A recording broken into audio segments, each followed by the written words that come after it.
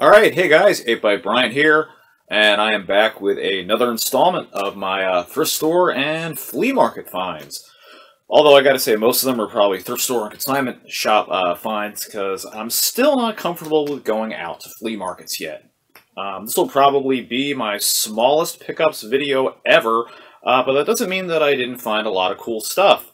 Definitely got a unique, odd assortment of different vintage toys and stuff like that. So let's take a look at everything that I picked up and see what I got.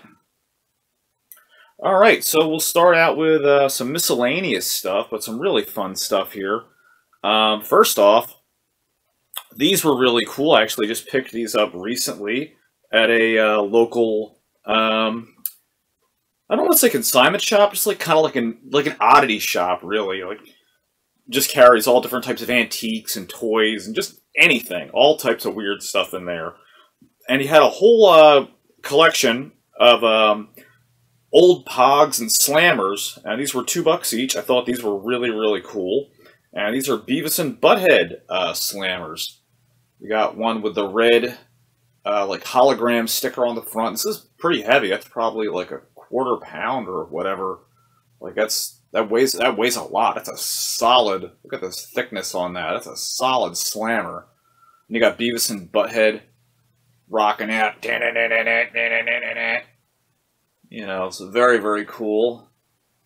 And then another one. There were so many, but I just really wanted these.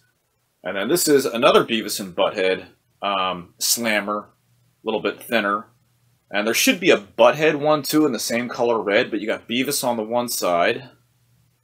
And then you just got Butthead in black, but there should be a second one where Butthead would also be in the same color as Beavis. These are really cool. They're very fun. So those were fun to pick up. And also from the same store, I picked up a couple of little die-cast cars. We got a little vintage Hot Wheels red line here. And these were $2.50 each. And it says on the back, an oldie but a goodie. I think this is like an old Buick or something. Can't really tell. What does it say on the Hot Wheels Neat Streeter? 1975, I think. Doesn't really say the type of car, just a Neat Streeter. But still pretty cool. Oh, I'm sorry, it says right on the back, Ford, oldie but a goodie. I'm blind. But that's really good. Anytime you can pick up a red line for only $2.50, and the paint's in nice shape too, so very nice. And then this guy I picked up too. This is a Matchbox car. And this is a, I can't really read it, Ford Group 6. This is 1969. And I love this style of the black wall Matchboxes. And they don't really get a lot of love. Everybody loves the red lines, Hot Wheels this, Hot Wheels that, but so many of the Matchboxes really look cool. Just look at that sleek bubble window design. You got the engine in the back. Really looks so futuristic and cool looking. Number 45 on there. Just really, really nice green metallic chrome paint. Beautiful. Absolutely beautiful. And then these little guys I just picked up at a thrift store. They're nothing special. They were like 50 cents or a quarter a piece. Little 90s. Still a Mercedes 360 SL. I just thought it was neat and it was kind of vintage. Little chipped. No big deal though. And then I believe, oh, the door's not open? Oh, I thought the doors opened on this. So there's that. And then also I thought this was cool too. We got a Marvin the Martian car. Just is really recent. 2016, I believe. But just really fun. I like a lot of goofy, fun little Hot Wheels cars like that. I believe this is Hot Wheels. Pretty sure.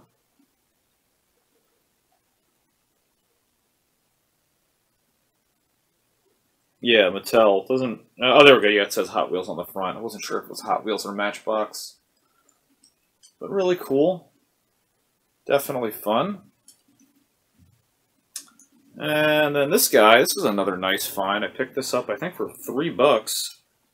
This is a vintage Robotech droid. And this is from '94. Nice full-size one. You can move the cannons and the arms all around. The The legs move, pivots at the waist, the little compartments where the missiles fire out, you can lift up and down. So this is really nice, and for only, the feet also adjust too. For only $3, that's a great deal. That's really fun. Cool little find there. And then this, I guess this was an okay price. She's not complete, but paid $20.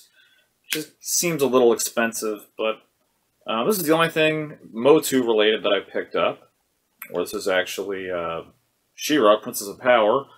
And I got a moderately complete Castaspella here.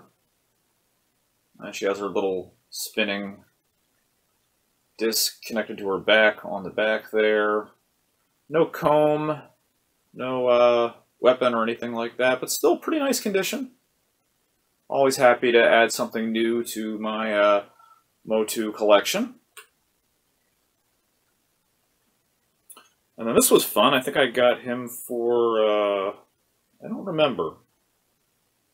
I think he was like $8 or $11. I want to say somewhere between 8 and 11, which sounds like a lot, but these are the Transformers decoys, if you guys remember them. I always want to call them Pretenders. I can never remember what they're called.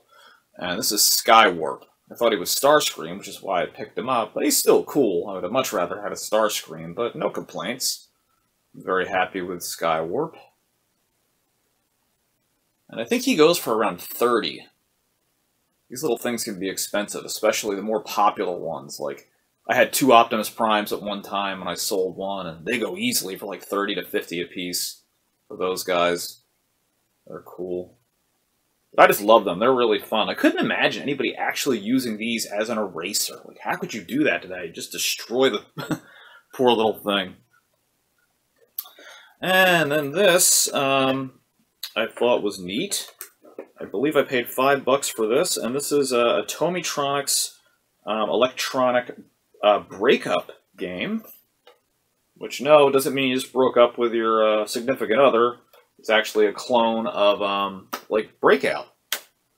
And it doesn't work that well. I mean, it does, like, it turns on and powers on and everything, but, like, when you go to hit the ball, like, the paddle down at the bottom really doesn't register. I mean, I can't see what I'm doing, but... yeah, so it's... and I tried to work with the wiring and the electronics, but it's just a little glitchy. But, I mean, it's still fun. And it's so neat to see how they try to translate old Atari and Intellivision games over into, like, a portable handheld format. So I think that's really cool. And then this from the same store I got as well. This could almost be a find of the month. I thought this was really neat. And this was $10, but totally worth every penny, I think. And this is a really cool vintage old Knight Rider yo-yo. Check that out. Same image front and back. Nice bright yellow color. And it's really weighted well, like a nice Duncan, so it really comes back. I mean, I don't believe it's a Duncan, but it comes back to you really nice weight on it.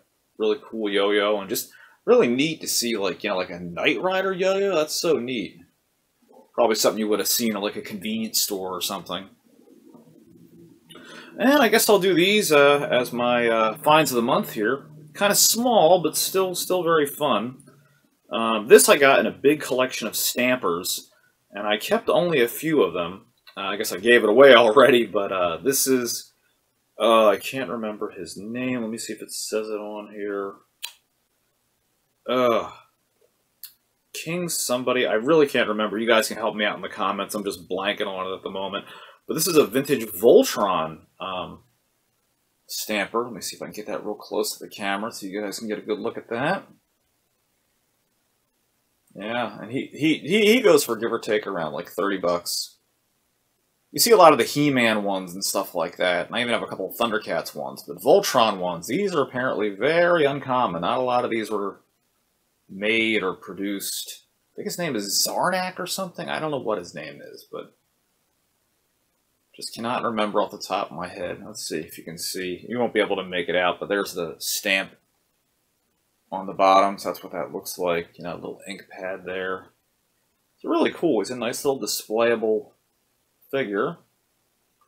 Very nice. All right, and now for my big find of the month. And it was only a whopping $5, but can anything stop the animal? Sorry, my flat off-key singing, but who does not remember this amazing toy? How cool is this? The whole thing works. The claws, you know, retract. I just have them out like this at the moment, but you can retract them. You know, the lights turn on.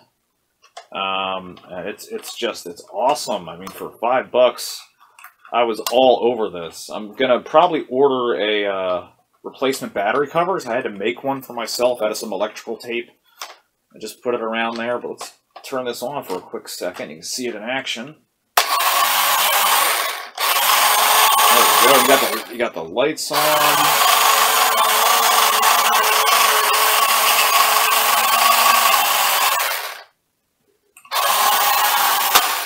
Let's see, let's pull the claws out.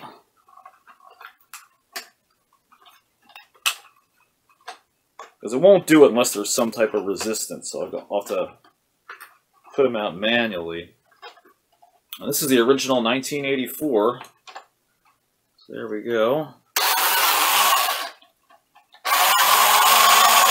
Yeah, check that out.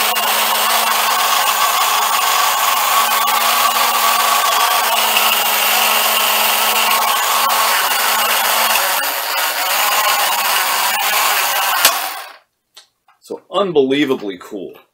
These things vary pretty wildly in price, anywhere between like 30 to 50 to really good condition. I've seen them like 75 and up, especially if they're original and like everything works. And there's a lot of different variations. There's like the Corvette and stuff, and there's even ones they re-released in the 90s, but this is the original 84 version, so this is the first of the first. And, I mean, even if it's not that valuable, this is just such a fun find to remember, like, to pick up. Like, who doesn't remember that awesome commercial of the animal? Just such an amazing, iconic toy. Absolutely iconic 80s toy. And the fact that everything works, and it was only $5. That's so great. That's, without a doubt, my best and favorite find of the month. And then, oh, one more thing, actually, I almost forgot. This could also be considered, I guess, another find of the month, but I already had him. He was already in pretty bad shape, so this is just a replacement, and I believe his name is Quark. But anyway, this is a, let's see, what's the year on this? Like 84 or 83? But this is a vintage Tron figure.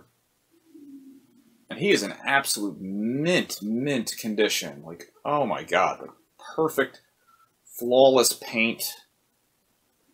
Beautiful, stunning, gorgeous condition. So he's going in my collection, and then I'll just trade or sell my other junkier one.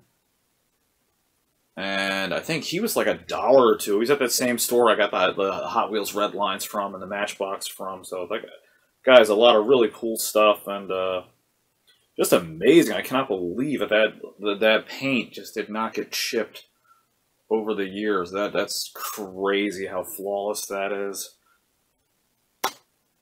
Well, anyway, guys, that's going to do it for my flea market and thrift store and oddity consignment shop pickups over the past few months. Like I said, you guys know I'm just not going out as much like I used to. I'm not a big flea market person right now. I just think with everything going on, it's still...